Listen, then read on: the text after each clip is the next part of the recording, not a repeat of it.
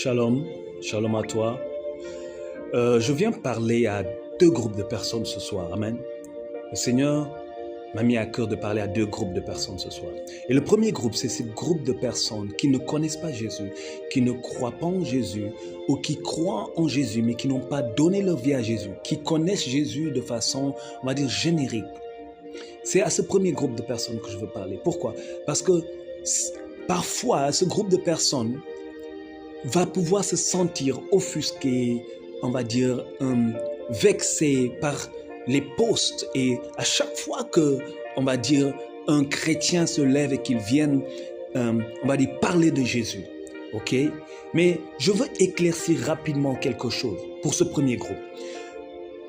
La Bible dit dans le livre de Matthieu, au chapitre 28, à partir du verset 16, elle dit: les 11 disciples allèrent en Galilée sur la montagne que Jésus leur avait désignée. Quand ils le virent, ils se prosternèrent devant lui. Mais quelques-uns eurent des doutes.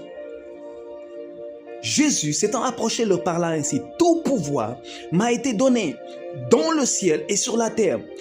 Allez, faites de toutes les nations des disciples, les baptisant au nom du Père, du Fils et du Saint-Esprit, et enseignez-leur à observer tout ce que je vous ai prescrit. Et voici, je suis avec vous tous les jours jusqu'à la fin du monde.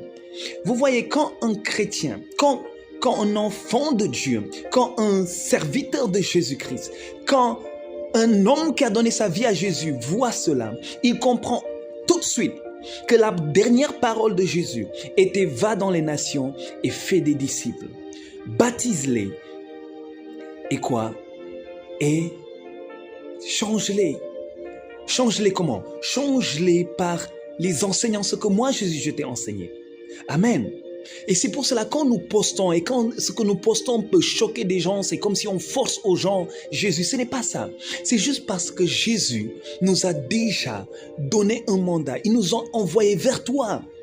Donc ne sois pas fâché, mon frère, ne sois pas fâché, ma sœur, quand tu nous vois poster Jésus partout, quand tu nous vois parler de Jésus.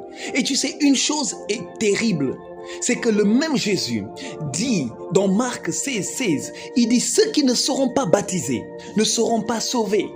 Donc nous, quand nous lisons ça et nous voyons ça, nous comprenons que celui à qui tout pouvoir a été donné, il dit qu'il doit venir, qu'on doit venir vers toi et te parler de lui pour que tu sois sauvé. Donc ne sois pas heurté. Le deuxième groupe auquel je veux m'adresser, c'est toi, chrétien. Jésus t'envoie dans les nations. Jésus, c'est un mandat, et surtout à cette heure-ci. Je prie pour tout frère et toute sœur qui va tomber sur cette vidéo. Lève-toi et fais le travail.